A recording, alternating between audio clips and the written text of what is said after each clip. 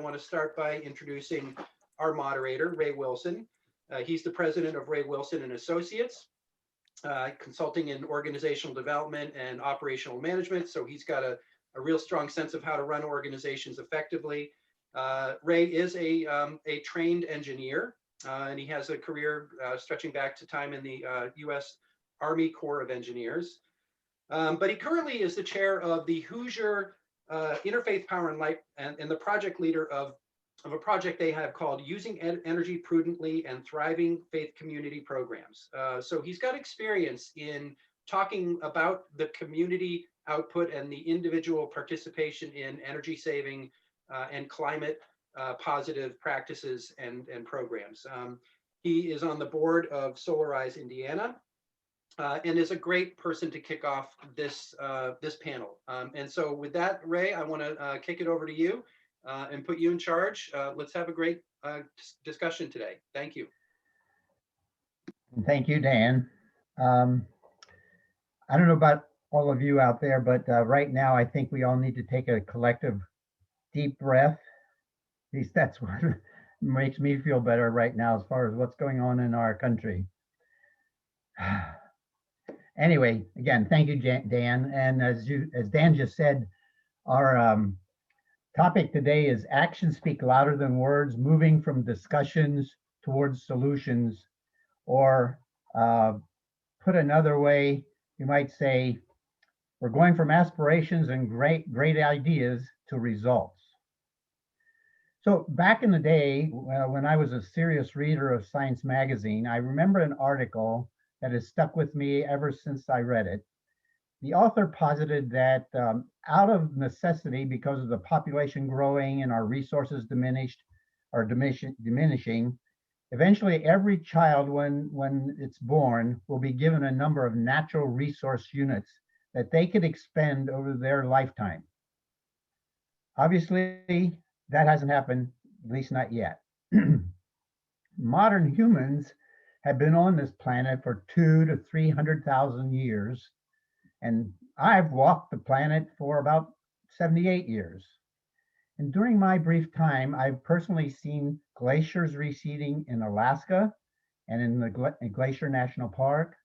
And I've seen much of the coral reef in the Great Barrier Reef and the Virgin Islands die. I've seen seasons change by at least 2 or 3 weeks. And I've noticed the complement of insects has changed over my lifetime. Humanity on this planet is at its most dangerous time in its history because of global warming. The good news is we can do something about it, but we must act now, not next year, not next week, but now. I'd like to share a personal experience I'm going through right now. Excuse me. and you'll see why I'm most interested in hearing from our panel today.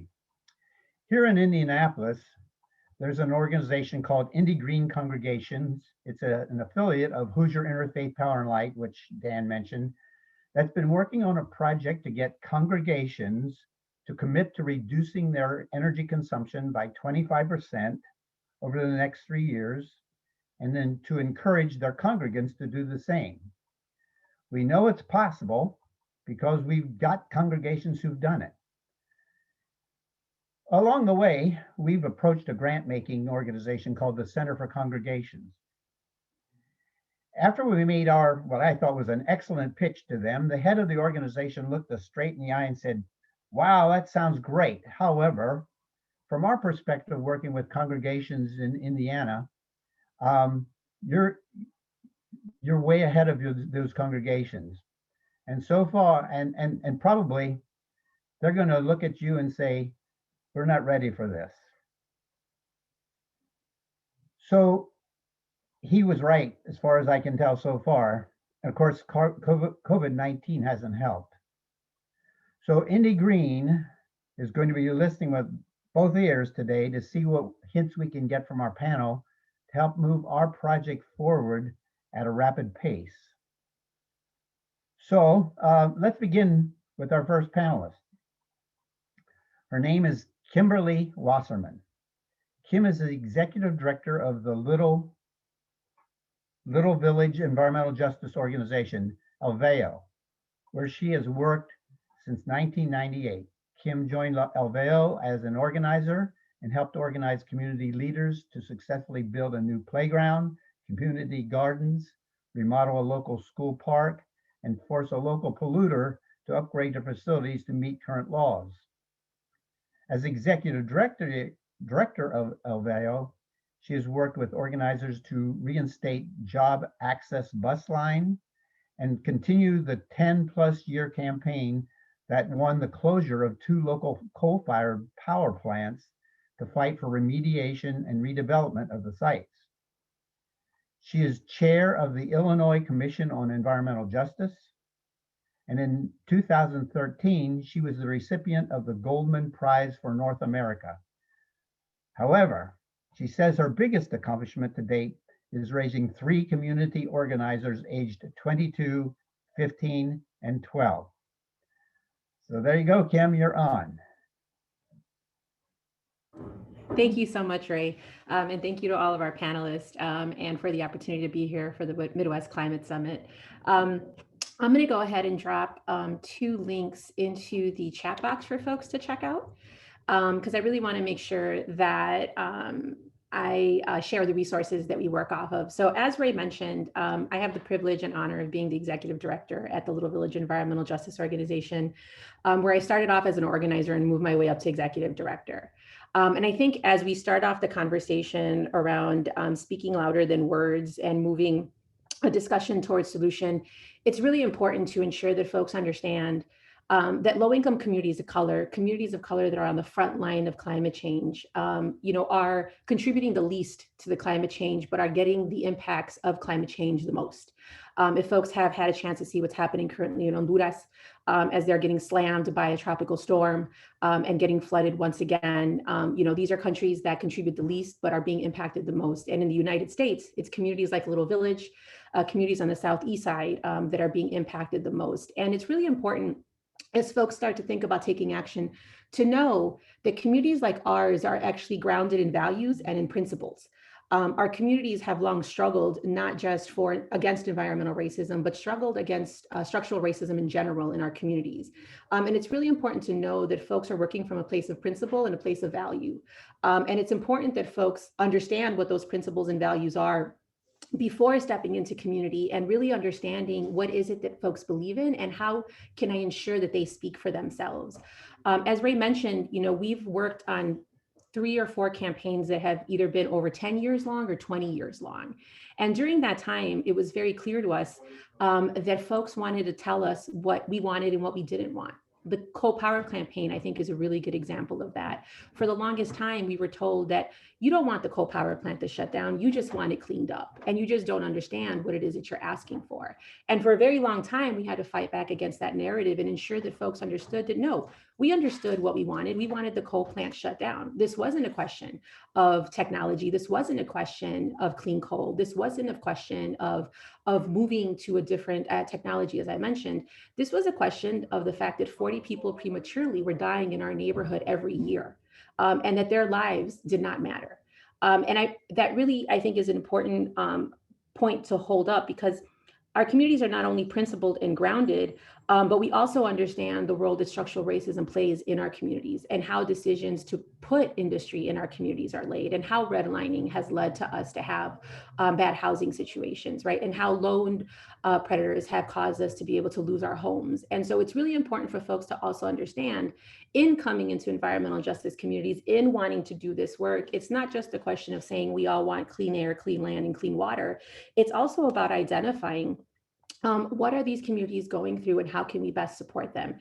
Our work doesn't just end with the closure of the coal power plant. It extends also to supporting our community and demanding the end of policing in our public schools, right? It also supports our community in demanding the end of the policing budget in the city of Chicago. And those are some radical ideas. And those are ideas that perhaps not everybody is in line with and not everybody can get down with. But it's really important to be transparent about that, because what we don't want is for folks to come into our communities and assume, right, that we're already valued aligned, and assume that we're already on the same page, when in fact we're not.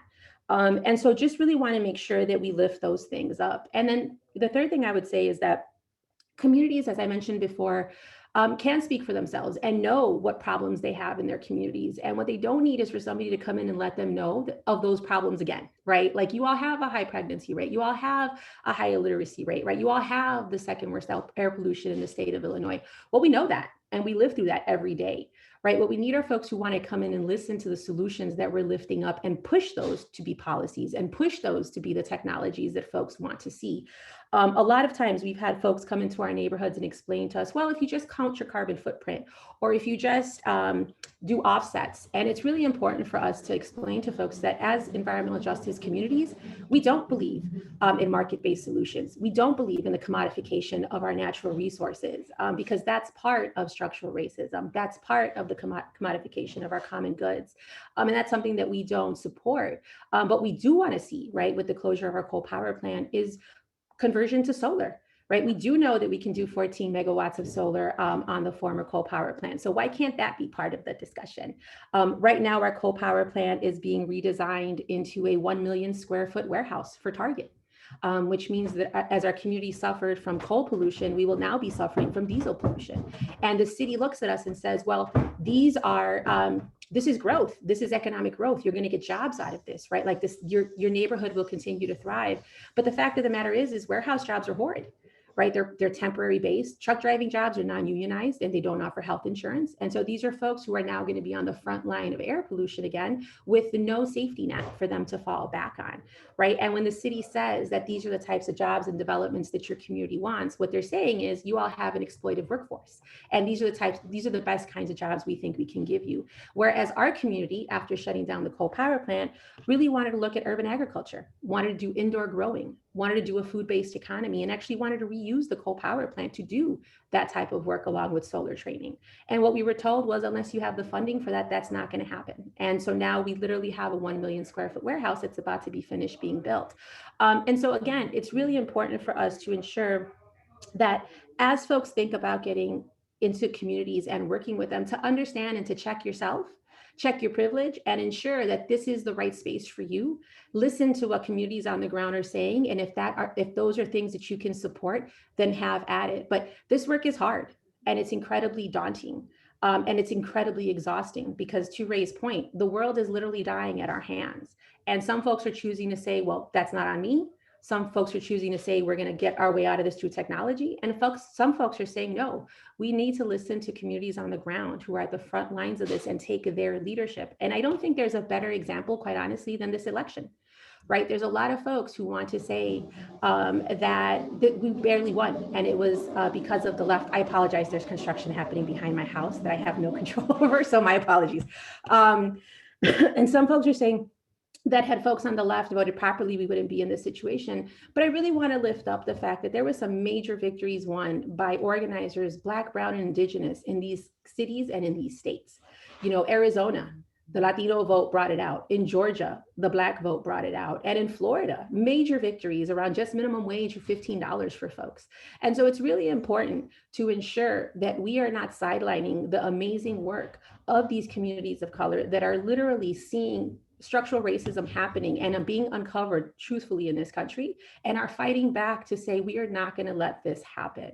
And I apologize. I realize that that's a little bit political for folks, but it's important to understand that the sake of our environment, unfortunately, is somewhat political, because people, again, want to claim that we're being too extremist, or we don't know what we're asking for, or it's not politically feasible.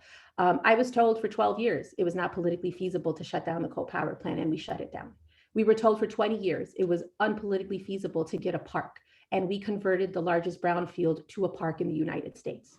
We were told it's politically unfeasible to get a bus line in our neighborhood, and we were able to get it after 7 years. What was politically unfeasible was for politicians to truly believe in the communities that they represent. What's truly unfeasible is for cities to believe that community members actually know what's best for them and should be empowered to make decisions of self-determination for their communities.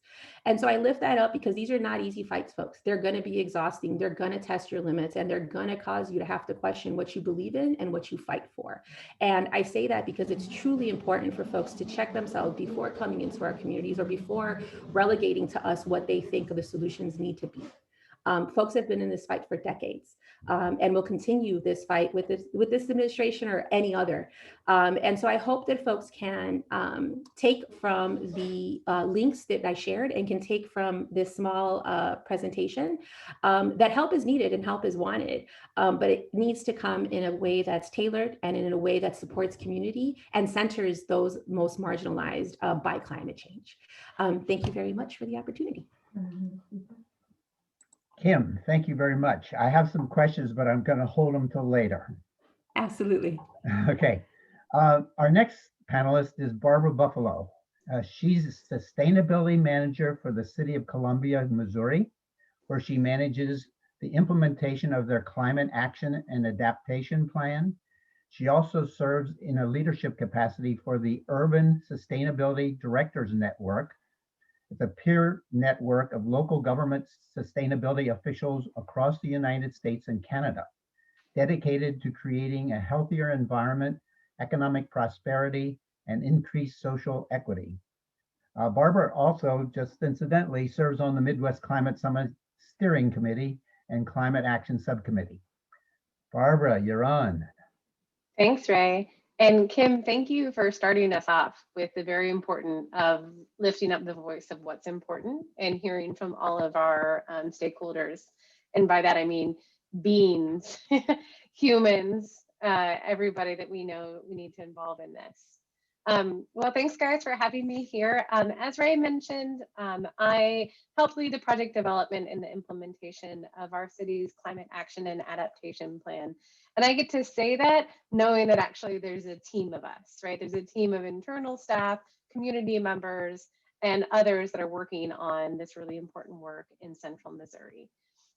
Ray started us off with talking about the importance of moving from aspirational goals to results. And that's what I'm here to talk about Columbia's experience over the last year. So in 2017, our mayor said, hey, Trump might be pulling out of the Paris Climate Accord, but we're still in, and started us on a path of developing a climate action and adaptation plan. And in 2019, that plan was adopted and it has ambitious goals in it. One of the things I always want to talk about too is that our ideas about implementing it have to be done through it the same type of way that it was developed. And it was developed by engagement. It was developed by listening to our community members. I should point out this was during pre-COVID time. So this is when you could gather in a room together multiple times with sandwiches on platters and people could reach over them and eat them. So it's a little bit different right now, but we're gonna be there again someday. But maybe just with a little bit more distance and more like hand sanitizer. But anyway, so we're able to develop that plan by having tons of small and large community meetings. We had online service, in-person, one-on-one interviews, talking with people about what they wanted Columbia to do. Did we need to act? And if so, what should we do to act and reduce the experience we're having, the way that we're contributing to an already changing climate, and also what can we do to prepare for that already changing climate. So it was really, really good process that involved both internal staff as well as our community members. But then we adopted the plan, and like so many city plans, it was there. But like I have a very dedicated staff and I have very dedicated community members. And we were like, no, this is not going to be a plan that just sits on a shelf, because I'm quitting if it is. And I actually see some of my staff members here, and I'm not leaving, guys. Don't worry, I'm still here so far. But what we wanted to do was to think about, okay, well, what do we need to do to continue this engagement, to move from these ambitious goals that we've set to actually implementing it? So I think I kind of put it into 3 buckets. So if you're in a similar community, Ray, your example of what you guys are experiencing, there might be some things to apply to your own experience. And I'd say the first off is our plan was developed with like a formal task force, right? Like a lot of plans. Well, it was important that we continued some sort of feedback mechanism, some sort of community group that would keep us accountable to what it is that the city said that they were going to do, and also serve as those neighborhood ambassadors. It doesn't do any good that we only talk about our plan once a month at a meeting. It's important for all of those dedicated community members that when they're going back to their community group, their church group, their neighborhood gathering, their Zoom happy hour, whatever it is, that they're talking about what it is that we have hopes and what actions we need to do in our community to make a difference. So that was our first one, was having that sort of like accountability partner that's holding us accountable to what we said we were going to do. The second is internally. So we're a municipal government, like was said in the keynote or in the plenary session before, a lot of siloing in governments, a lot of siloing in a lot of organizations. And we are the same. So we developed internal staff teams where we have people representing every department on multiple different types of teams, looking at things like how do we improve clean energy, both in municipal operations, but also in our own grid? How do we make sure that we are developing our natural areas so that they're actually helping promote habitat and reduce the cost to actually maintain them? How do we think about our housing and making sure that people have access to healthy and affordable and efficient housing, and are not just pushed out into the area, into the periphery areas of Columbia? So we have these internal teams that really are serving as the creative engines to identify, design the programs and policies to meet these CAP goals. And I'll say really quick, we blatantly stole this idea from another peer. So throughout all of these things, I look at what are other cities doing that works and doesn't work. And just like we do within USDN, our motto is to blatantly steal from everybody. That's like an unknown motto, but it's really our motto. And then the third thing, and this gets to kind of what Kim was talking about, it's about our community partners. Our neighbors are the experts in their neighborhoods. I am not the expert in their neighborhood. I might be in my neighborhood, but that's just because I walk it with my dog and my kids. But what we are doing right now is developing this sort of climate ambassador program where we go out into our neighborhoods and ask the questions like, what is it that's important? What are the big issues here? And then we go back, and this is where I have power. My staff has power because we can raise those questions within city government. I can say, hey, this neighborhood says that they're having issues with flooding. What can we do about that? Because that neighbor might not know who to call at the city to say, I'm having issues with flooding. Seattle had this really great project where they talked about with their streetlights. And the example was that streetlights were out in a neighborhood and it was always out, but they didn't know who to call. They didn't know if that number on the pole, anyone would actually reach it. They had distrust in government. So then they started actually proactively going out and looking around the community, try to hit every quadrant every year. And I think that's where we as city government need to go, going out into our neighborhoods, even during COVID, figuring out how to do it and just asking the questions. So I'd say with all of that, our other big thing is measuring what we're doing and reporting on it, whether it's a success or I won't say failure, but maybe like opportunity for improvement is where we'll go with that one. And then how are we going to adjust? How are we going to change that? And so that's where we are. I will say we're not perfect. Nobody's perfect, but as long as, like the plenary said, we're going from it with morals and values, and Kim said, showing what it is that's important to our office, then we'll continue doing that going forward. So thank you, Ray. I'll be here for other questions. Oh, and I'll really quickly put in, since Kim, we're doing links. I'll put in the link to our climate action plan in case anybody wants to play on drop downs. Thank you very much, Barbara. That was very informative. And I have picked up a point or two there that I'm going to apply here in Indianapolis. Our next speaker is Danielle Poynter. Danielle founded Carbon Neutral Indiana in April 2020. So it's a brand new organization. CNI is holding the vision for the state of Indiana to become carbon neutral as soon as possible. It's starting by helping households and businesses. CNI grew out of an almost 1 year full-time research into climate action in Indiana, including 6 months of research on project drawdown solutions, culminating in Indiana Drawdown. Before this, Danielle was a professional advisor to over 100 social entrepreneurs.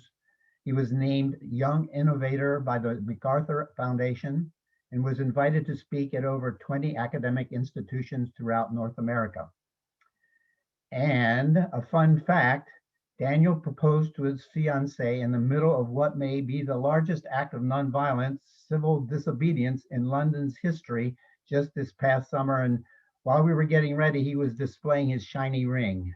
So Danielle, take it away. Thank you, Ray. Thank you to Janet McCabe from IU's Environmental Resilience Institute for inviting me to this. And thank you for everyone who organized it. Thank you, Kim and Barbara, for starting the conversation. I just put 2 links in the chat. That's a really good idea, Kim. Thank you for that idea. So Carbon Neutral Indiana is a nonprofit social enterprise. I'll come back to that in a minute. And we're helping Indiana become carbon neutral as soon as possible. So why listen to me for a few minutes? So in the past 6 months, in the middle of a pandemic and economic recession with no grant funding, our all-volunteer team has helped certify 105 households in Indiana that are carbon neutral now. They've cleaned up their carbon trash, so to speak, and also 7 businesses. And every month for the past 6 months, we've grown 80%, which is more than most startups in Silicon Valley. As far as impact is concerned, Stanford researchers say that each ton of carbon dioxide causes about $220 of damages. And so if you look at our annualized carbon that we've cleaned up, we've averted $680,000 of damages that would have otherwise occurred. And all of this is just a pilot test that can be expanded much bigger. If our revenue is about $45,000, and by the end of the year, it should be within its first year, should be about 100,000, which means if we were an LLC, we could sell it for $300,000. And we've created that with no assistance from grants or angel investors. It's all grassroots from the people, which is really exciting. My personal background, I think it's important to talk about. My mom's a Methodist pastor, my grandpa, my great grandpa. So I grew up in a very faithful home where we prayed a lot. I studied philosophy at Purdue. And I actually converted to Orthodox Judaism and lived in Israel for 6 months studying ancient Hebrew and Talmud. But I left that world because I've been in a crisis about the Western tradition and the mindset we've inherited from our ancestors. And I'm personally very seeking when it comes to rewiring the Judeo-Christian inheritance in an ecological perspective. I don't know what that means, but I'm struggling with my identity, and I'm sure a lot of people here are too. So hats off to the whole idea of paradigm shifting. Like Ray mentioned, my most recent job before this was being an advisor to 100 social entrepreneurs. So these are people creating B corporations or social enterprises or nonprofits that generate revenue or for-profits that have a social purpose. And so in the spring of this year, I created Carbon Neutral Indiana with a bunch of friends, like 50 people. And we basically have a 3-step process. We help a household measure their households and businesses measure their carbon footprint, and then they invest in projects to clean it up. And yes, the currency to do that is a carbon offset, but the concept is bigger than that. It's if you've created a carbon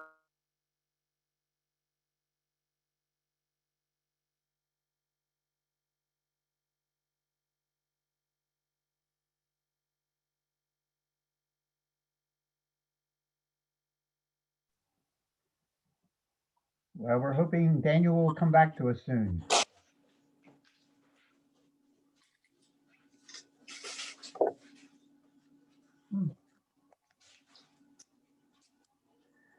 Daniel, are you with us? If not, we can go to your backup phone.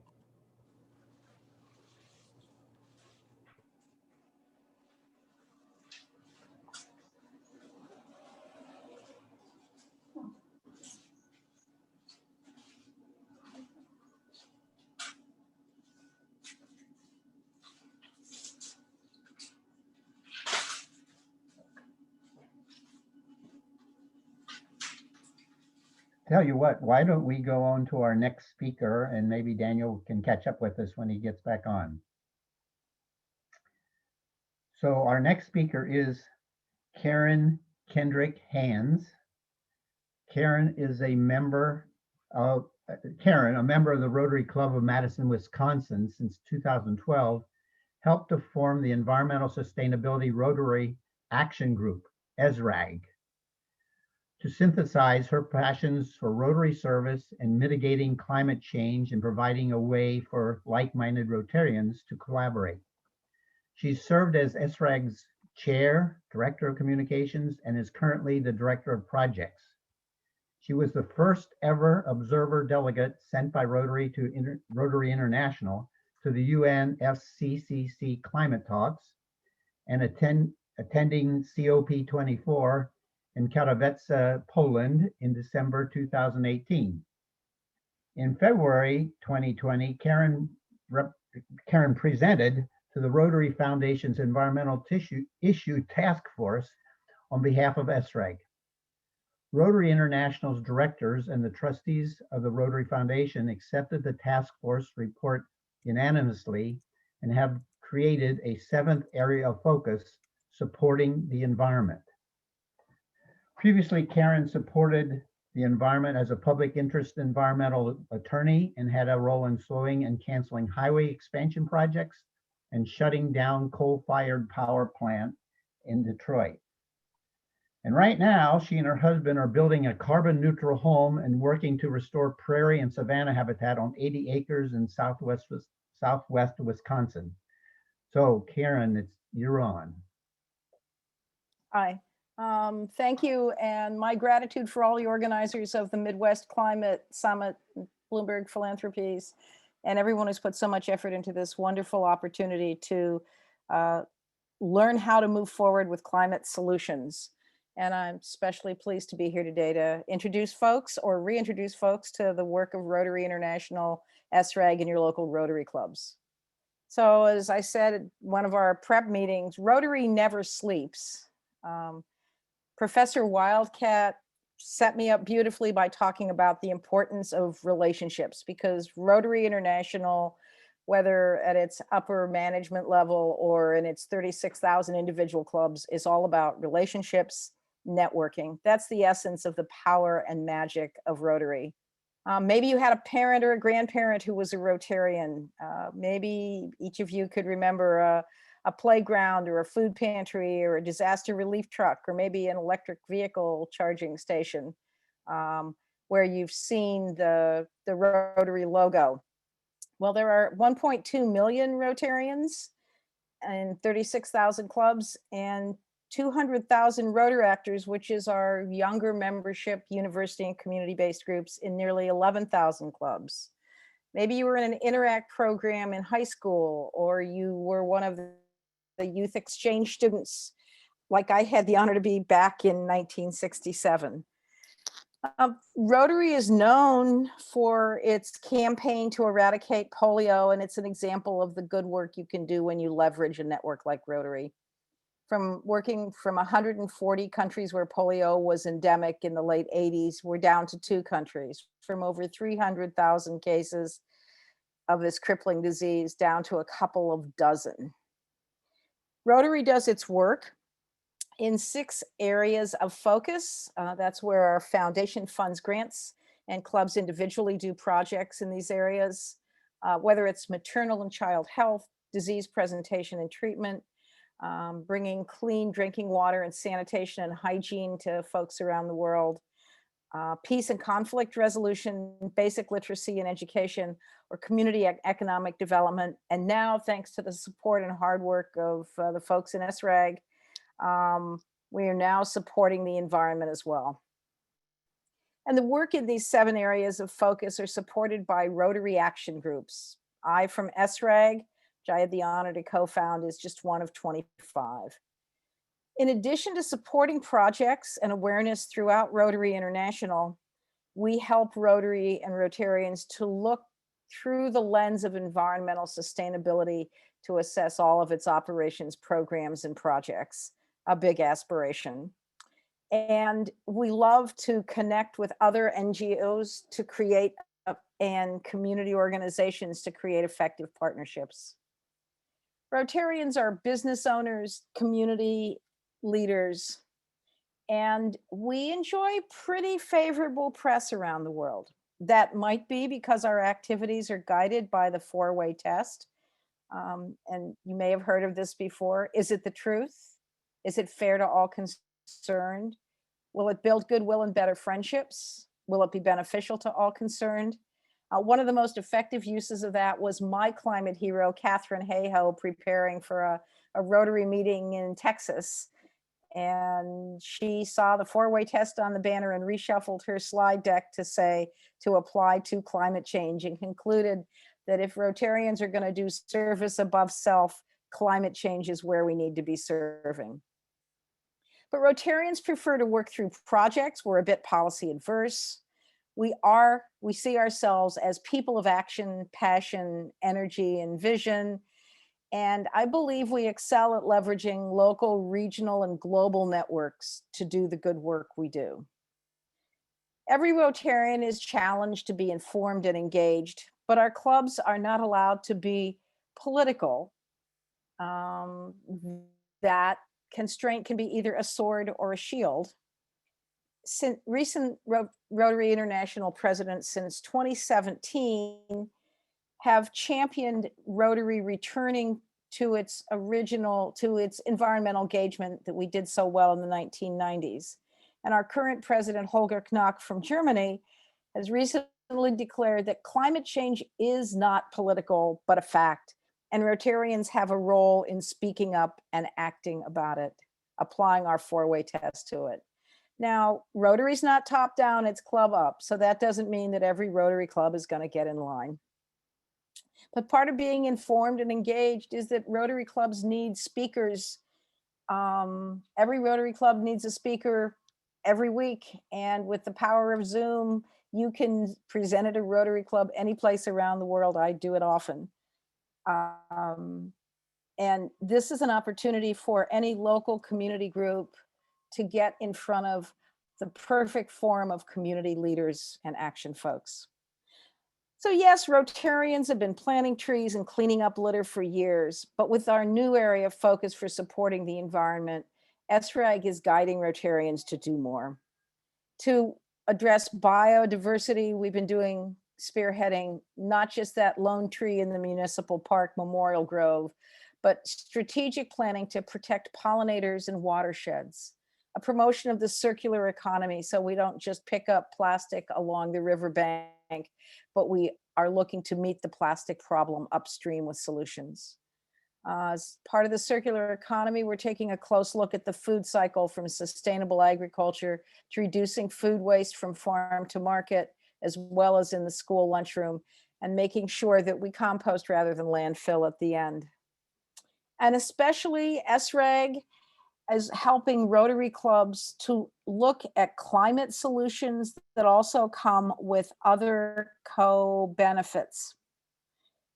And the Environmental Sustainability Rotary Action Group has recently formed a partnership with Project Drawdown. And they introduced us to one of their important solutions, which involved refrigerant management.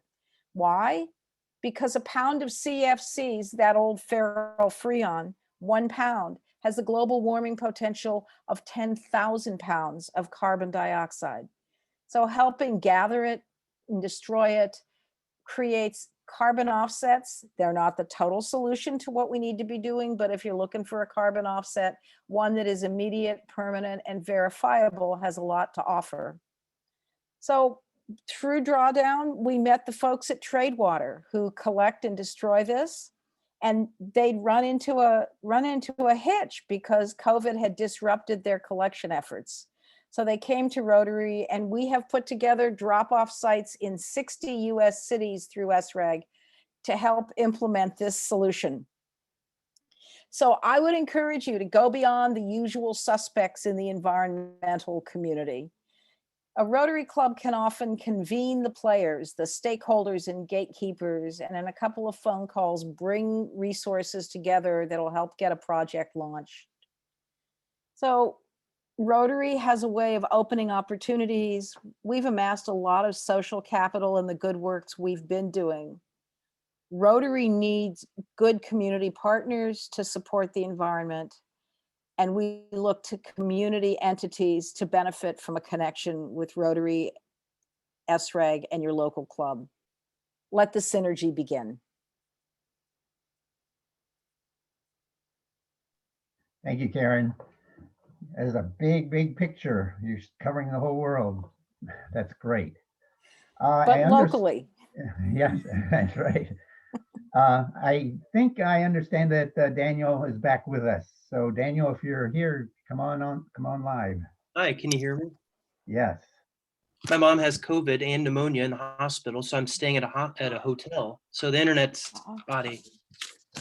So I'm not sure where it left off. Could somebody, Ray, what was the last thing you heard? I think you were just developing how you got started with carbon neutral. You mentioned Okay, well, Project Drawdown, and you didn't mention about getting the domain names and things of that sort. okay, so I'll jump in. So Project Drawdown, I spent 6 months full-time studying it last year. One of the first solutions, or this first solution, is refrigerant management, preventing leakage. So I said, what can we do in Indiana? There's 700 grocery stores that leak about 25% of the refrigerants every year. There's an EPA program that helps them reduce that leakage. It's free. I said, how many of them are enrolled in the program in Indiana? Out of 700 grocery stores, only one is. So I said, what if we could get some college students to do a summer internship and we could pay them to enroll the grocery stores, right? What if I could get 100 of my friends to pitch in $20 a month to pay these college students to enroll the grocery stores? And what I hit upon intuitively was the concept of a carbon offset. There are 200 different methods by which you can create a verified carbon offset. Refrigerant destruction is one, planting trees, preventing deforestation, feeding cows, a methane abatement that prevents them burping up 30% of the methane. You can feed them garlic and citrus, and you can generate a carbon offset. So a carbon offset is merely a methodology, or it's an abstract concept where there's 200 different methods to reduce carbon dioxide in a verifiable way. And so what our nonprofit does is we meet with a household one-on-one. We measure their carbon footprint. We say, okay, Mrs. Smith, your footprint's 35 tons. And because Stanford researchers say that every ton causes $220 of damage, that means your family's carbon trash is causing $8,000 of damages. And Mrs. Smith can't handle it. She doesn't like that idea and she wants a solution. And she says, what's the solution? And we say, well, you can invest in projects that soak up your carbon. You can clean up your carbon trash, so to speak. And the whole thing, there's an audit trail. It's all transparent. And it's not perfect. We need journalists to continuously investigate these methods and improve them, but they're all created in the public light and they're fully transparent. So that's what we do with households and businesses. We buy carbon offsets wholesale, we sell them retail. So it allows us, we've received absolutely no funding. And when I did research, I found out that 29 philanthropists committed $4 billion a year for $4 billion over 5 years to local climate action, right? $4 billion over 5 years. This is like Ford, MacArthur, and so on. From what I can tell, Indiana is only getting 500,000 a year. And because we have 6 million people, that means that Indiana is getting about 2% of the climate philanthropy it should be per capita. Where's all the money going? It's going where the philanthropists think they can win: Colorado, Massachusetts, California, New York. So what are we supposed to do in Indiana where there's no climate philanthropy? Well, we can buy carbon offsets wholesale, we can sell them retail, just like Girl Scouts selling Girl Scout cookies, and we can use that money to eventually pay people an Indiana teacher salary, which we're almost about to do. So here are some lessons that I've learned as far as words to action. The overall lesson is stop doing harm now. Don't be carbon neutral in 2050, be carbon neutral now. Stop doing harm, because if you have a carbon footprint, you are harming people. It's as simple as that. So stop doing harm. And every decent religious person around the world, no matter their religion, believes in do no harm, right? So carbon neutrality is do no harm and do it now. A lot of people don't realize that it's affordable and it doesn't take that long. It takes about 20 minutes on the phone to measure your carbon footprint. And another piece about this is Project Drawdown has all these great solutions and they're a wonderful thing. I dedicated 6 months of my life to Project Drawdown. The only problem that I can see with it is that it scatters our attention. So some people focus on composting, some focus on recycling, some focus on refrigerant management, some focus on electric vehicles. And while it's nice because you can find where you plug in and you can run with it, it scatters our attention, right? What is the organizing principle that we can all rally behind? It's carbon neutral. That's what the IPCC says we have to do by 2050. And if we have to do it by 2050, we can do it now. If the whole world needs to do it, then that means America needs to do it, which means Indiana needs to do it, which means every household, business, church, university, city needs to do it. And they can all do it now. So this allows us to take the elephant, bite it up and chew it up a little bit at a time, right? And along the way, we can use Project Drawdown to reduce the direct emissions after people commit to be carbon neutral now and forever by investing and internalizing the cost instead of externalizing it onto others like Bangladeshis. So the most important thing is to stop doing harm now. And when you talk to people, I think that resonates. It resonates. That's why we're growing so quickly. I think another thing that's important, that's been useful for us, is to have a clear goal. A lot of NGOs, they kind of go left and right. And what that causes is they become dispirited because they're not making momentum. They don't have any momentum. So it's very important to have a clear goal. I think another important thing is to have an effective goal. It's one thing to replace a bunch of LED light bulbs, but if you look at Project Drawdown, LED light bulbs, they're okay, but it's really not the most effective. Refrigerant management is, right? So the most important thing is to have a clear goal, but also it needs to be an effective goal. And the way you do that is translate everything into metric tons carbon dioxide. That's the currency all of our projects can be translated into, and then we can measure effectiveness by that metric. I think the third lesson that I've learned is to break that effective goal into pieces. When you break it into pieces, you'll feel success and your network will feel success. And then you become like this train that's unstoppable and you will be successful. And that's what people feel. And it becomes a self-fulfilling prophecy in a good way. So break it into small pieces. I think another thing that a lot of NGOs don't even think about is financial sustainability. We had no philanthropists give us money. And we've been asking, but nobody has written a check yet. So we've had to focus on the unit economics. Every single thing we do has to have a margin so we can ultimately pay staff people. So for me, that means reading about unit economics. It means studying sales. Most people are afraid of sales. They're afraid of being rejected. But I would encourage everybody to study sales. Everybody's a salesperson, even a doctor who has to convince their patient to stop eating sugar, otherwise they'll die from diabetes. The doctor better be an effective salesperson. So it's in everyone's interest to study sales. And for that, I would encourage Zig Ziglar, who has a very high integrity sales training. I would also encourage people to read Jay Abraham's Strategy of Preeminence. So financial sustainability is critical. I think the fifth thing is faith in yourself. A lot of people, they don't realize how powerful they are. Going back to the first comment about agency, in Indiana, I've traveled the world. When I come back to Indiana,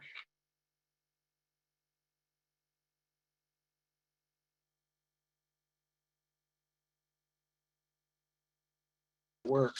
In Indiana, that's pervasive. A lot of people feel abused and beat down. So it's very important to remind people that they have agency. And the image we use for that is dominoes. A domino can knock over another domino 1.5 times its size, which means that within a few dominoes, an SD card could knock over the Empire State Building in about 27 dominoes.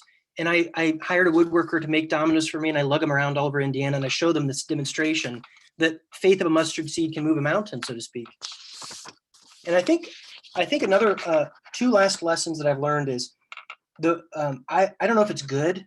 You'd have to ask my wife, but I have an obsessive startup mentality. You know, there's all the difference between a weekend and evening volunteer and a professional. And then there's all the difference between a professional and an obsessive, like an Elon Musk.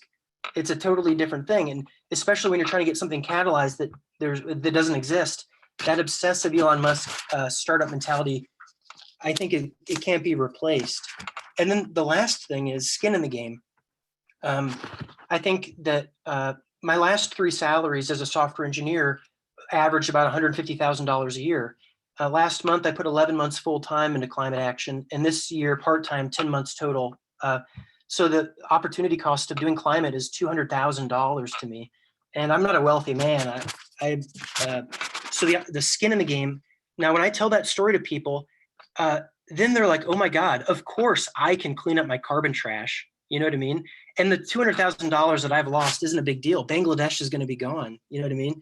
So in the grand scheme, but my point is that skin in the game is so valuable. And some people are put off when I mention the numbers and the opportunity cost of my salary. But I would encourage everyone here who does unpaid emotional work to put a dollar value on that and to talk about it, because it reminds people that we're all doing unpaid emotional work and we should get paid for it, right? I think that's a powerful rhetorical device. My last thing is a vision. Let's paint a picture of what we could do together. So there's research that says 23% of Americans are willing to spend $40 a month on climate. 23% willing to spend $40 a month, right? In Indiana, 20% of Indiana, let's say we don't get all of 20%, but let's say 5% of that 20%. That's not that many people. If just 5% of 20% of Indiana was carbon neutral, that would create a $12 million nonprofit. The largest environmental nonprofit in Indiana is only $1 million. That would be 12 times bigger than the largest. And with $12 million, we could pay a professional in every one of 92 counties in Indiana a teacher salary to help households and businesses reduce their carbon footprint.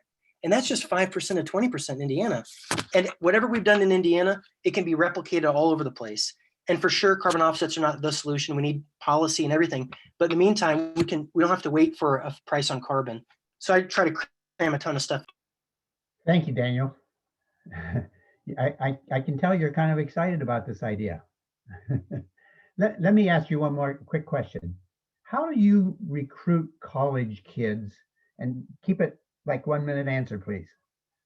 Sure. We have hundreds of college students who've raised their hand and want to volunteer. We have petitions circulating at IU, Purdue, Butler, and the petitions have thousands of signatures because Indiana University and Purdue University, the university that put a man on the moon, Neil Armstrong, we educated Neil Armstrong, they still haven't committed to carbon neutrality. So we're circulating petitions, and when you sign the petition, it says, do you want to volunteer? 6% of those who sign the petition want to volunteer. That's it, petition. Okay, I have one more question for you. This is a question from someone in our audience. I have been reading recently about how to motivate climate action from a psychological perspective. Many say that personal responsibility is very difficult, but promoting systemic change and accountability is more effective. What larger institutions / systems in Indiana do you think we can effectively push towards some of the solutions like that recommended by Project Drawdown? So I hear something about individual responsibility, which we do not want to replicate what the plastics industry did and shift responsibility to consumers. That is not what we're advocating. When I interview people for the sales call, I say, how do you feel about climate? They say overwhelmed, despairing, anxious. I wake up in the middle of the night.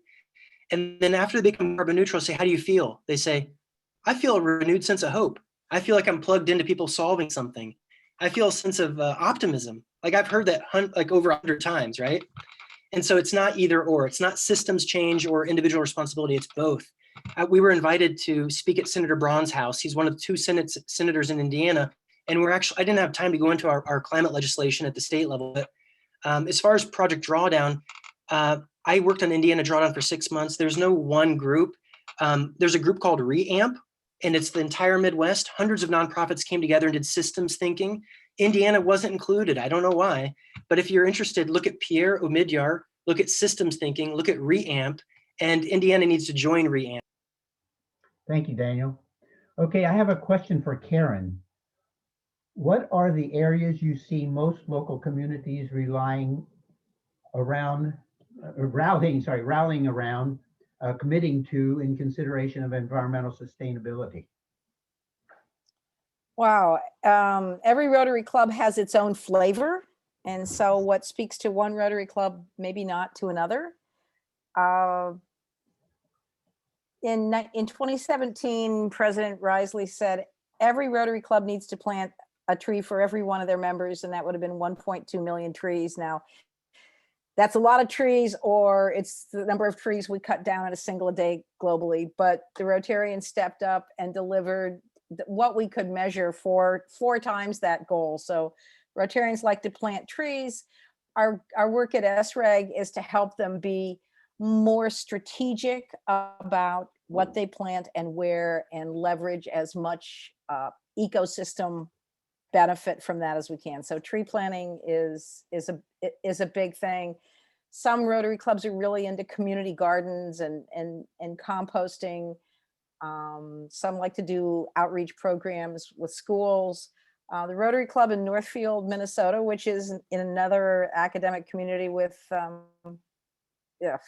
Carleton College and St. Olaf's, they said, we want to jumpstart the electrification of individual transportation. There's no chargers in town. So they got the local business community. They leveraged their money to put up car chargers and put the Rotary sticker on them. There's a consortium of Rotary clubs along Interstate 35 that are committed to building a network of pollinator gardens to support monarch and other pollen migration to Mexico. It's really varied. It's a huge mandate within Rotary to do environmental work. Okay, thank you very much. I'm going to go to Kim at this point. I like the message, Kim. How do you really figure out what the community wants? I mean, you're just a person, you're just a small organization. How do you know what the community wants? You're saying, well, those people from outside coming in, they don't know what we want. They think they want what they have to sell. And I can understand that because I'm kind of doing that and I need to check on myself. So again, I apologize, you'll hear construction in the background, but I'll make it quick.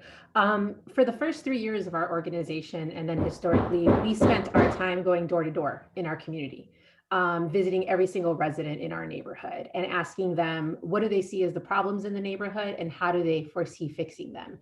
That's what established our original campaigns as an organization. After 3 years, we narrowed it down to about 500 different topics. We had community members come out, vote on what they wanted us to work on.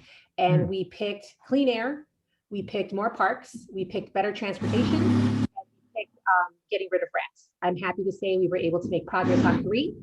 Chicago rats are a whole different category in themselves. And so that's a continued ongoing project to deal with the rat population. But we were able to tackle getting a new park, getting a new bus line, and shutting down the coal power plant. And so it's really about taking the time to hear from community members, build up their leadership capacity, to be able to share in their experience and their knowledge of what they see in their neighborhood as a problem and how best to fix it. So, but I hear what you said, but are you particularly guiding people to work on environmental kind of problems? So part of it is, in listening to folks talk about, I need a job, and hearing folks talk about, I need mental health support, and hearing folks talk about, I want my kids' schools to be better. It's really important for us as organizers to tie in how the educational movement, justice reform movement, how workers' rights are all intertwined with the environmental justice movement. And so it's not to say that if folks don't want to work on environmental issues, we won't work with them. It's to say we have the responsibility to tie those things together and make sure folks understand that there is a role for education, there is a role for workers' rights, there is a role for economic justice under the umbrella of environmental justice. It's to be honest about what are the things that we can't work on too, right? Like if folks come to us and say, hey, I'm in the process of losing my home, we'll offer support to folks the best that we can, but we don't do mortgage work. We don't do home equity work, right? We can support folks to the best of our ability. And through that build solidarity, build a relationship to then they can shift, hopefully once they fix that situation to the best of their ability to figure out what else can they work on. And so a lot of our relationships literally take anywhere from 1 to 3 years to develop with our community members. It is a very long process, but it's a process that we're committed to ensure the development of leadership of our community members. Thank you very much. Barbara, I have a question for you. How do you keep score on your projects? Do you have some sort of dashboard that the city can, the people in the city can look at and say, oh, we're now down this many tons of carbon for the year? Do you have something like that? Yeah. So it was important when we were developing the program that we had a tracking system. So if you go to comoclimateaction.com, you can see multiple things. You can see both under the climate change one, our greenhouse gas emissions and where we are. You can see other measurements like renewable energy or amount of materials that were recycled or diverted from the landfill. But the other thing that's important is also tracking progress on action implementation, Ray. And so on that one, if you go to our action plan drop downs, you can then click down through and see where we are on progress. And we're still updating it. It takes a lot more to update those. So I will say, like, it's always more of like an annual or quarterly process. The other thing I was just going to say was that I'm really glad Kim's not being attacked by a monster, because Kim, at first, that's what I thought it was. Just saying, the noises behind her. So Barbara, how big a staff do you have? What's your budget? Yeah, so for my staff, there are 6 of us. So we have sustainability manager, environmental programs coordinator, environmental education coordinator, community conservationist who's on the call. We also have our sustainability analyst. And then we also partner in Missouri. There are solid waste districts, and these are districts of multiple counties that tipping fees go towards waste minimization programs. So that staff is also within our office. So our budget is close to about like it's not huge. We're about 0.02% of our utilities budget. But with that, we are mighty. Most of that goes just to personal salaries, and the rest is just coins from our pockets, Hmm. trying to get things done. So do you have problems getting your departments to do what you want them to do? Well, I don't think, okay, it's the phrasing of that. So I probably wouldn't lead with getting the departments to do what I want them to do. Even though that might be what it is. It's more of finding those shared goals or priorities, right? So like our utility doesn't want to be evil, right? That's not their goal. I mean, I have a municipal utility, so that's my assumption is it's community owned. So, but they want to provide good customer service. They want to have reliable electricity provided to their customers. They don't want it to cost a lot of money. And they also want to prevent, oh, Danielle's popping in so I can see her face. Hey, Danielle. So they don't want to do that. So we try to find those shared priorities. And also, we talked about successes. It's also highlighting when they do good, right? So Danielle Fox is our community conservationist. She works with our public works department. And it's not, she doesn't work with them saying, you will convert your right of way over from turf to native plantings. It's more of, hey, I can help you identify cost savings if we stopped mowing these like not really beneficial to stormwater sequestration, or even just like they're not that pretty, it's just grass. Sorry, grass lovers. But how can we help save them money on the maintenance for those areas and opportunities by switching it over? And then she works to also help find grants to help pay for some of the conversion or consultants working with it. And then it's proving those successes because we can also be the ones who champion our departments throughout the city. Our public works department really does not like people to call them and say, I don't like what you're doing. So we can help rally all of our supporters to say, we really love what you're doing, public works, keep up the good work, and like telling our council members. So we can help be both your advocate and also help you say. Great, thank you. Great ideas, nicely put. I'll mention that when I started doing this energy conservation with congregations around the state of Indiana, we would never say something like global warming or climate change because we were sure that we would turn so many people off they wouldn't listen to us. Well, I'm just going to say this. Someone just sent us a chat question. And I'll open this up to the whole panel. How often do you encounter people who do not believe in human-driven climate change, and how do you mitigate that? So whoever wants to go first, please tackle it. I remember starting the journey with my Rotary Club, and we chose to talk about climate through the lens of water because Rotary is so heavily committed to clean water programs and eradicating polio, which is a fecal-borne illness that travels through water. And we were blessed to have Dr. Jonathan Patz from the University of Wisconsin Global Health Institute come talk to our club in Madison. And watching the look of realization on people's faces who kind of had their arms folded when we said climate change. And then they said, you know, not getting a handle on climate change can frustrate our signature goal of eradicating polio because extreme weather events can make the fecal matter get back into the watershed. And the light turned on and you could feel the room shift as you were able to make an aspect of climate change compromising what was near and dear to them. That's what enabled us to shift the conversation somewhat in some places. It doesn't work for everybody, and I'm less patient with the folks who want to throw up that obstruction. You have to target the persuadable middle. But I believe everyone has in their core definition of who they are something that climate change will take away from them. And you just have to have enough conversations and relationship to find those values. And it's a retail experience, one-on-one. Thank you. Anybody else have a quick answer? Okay, well, I think it's about time. Let's see, Oh, there's one other thing I wanted to ask Barbara. Can you tell me how much you have reduced your carbon emissions in your city? Since our baseline of, actually, this is embarrassing. Danielle, do you know? I was say since our baseline, we redid our baseline to 2015, and I think we're only down something like 9%. Carolyn Amperon, our chair of our commission, is also on this.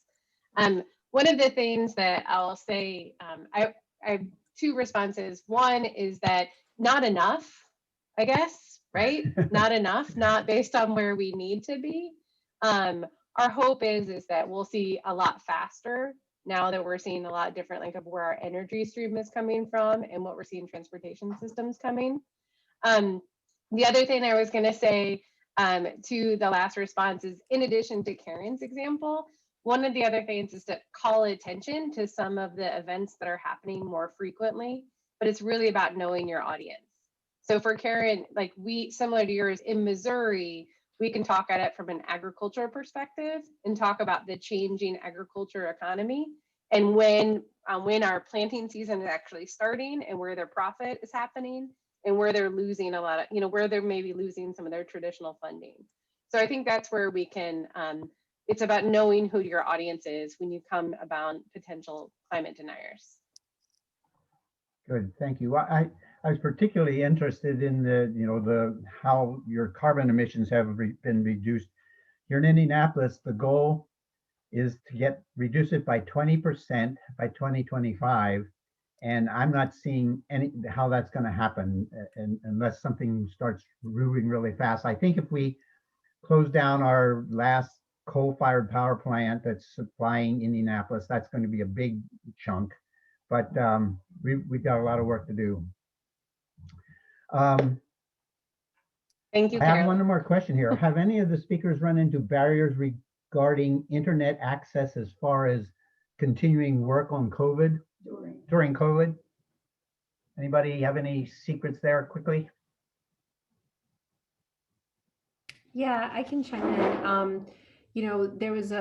There was an assumption that folks could just quickly move to internet as organizers, and the reality is that folks don't have necessarily the technology at home to be able to do this work. Don't necessarily have access to internet. In a city like Chicago, where our kids are going online school, it's very clear how many families actually don't have access to internet for their children to be able to access school. And so some of the work that we've been doing collectively here at Inveco is fundraising for a lot of the EJ organizations in Chicago to be able to get them both the technology and the internet support to be able to do the organizing work. A lot of our organizations have had a shift from putting out the fires, the local fires literally of industry, to supporting our communities around COVID. Our zip code was one of the hardest hit here in Chicago and is going on its second resurgence now. And so it's really important for us to be able to support our community as best as possible, both through water delivery and food delivery weekly.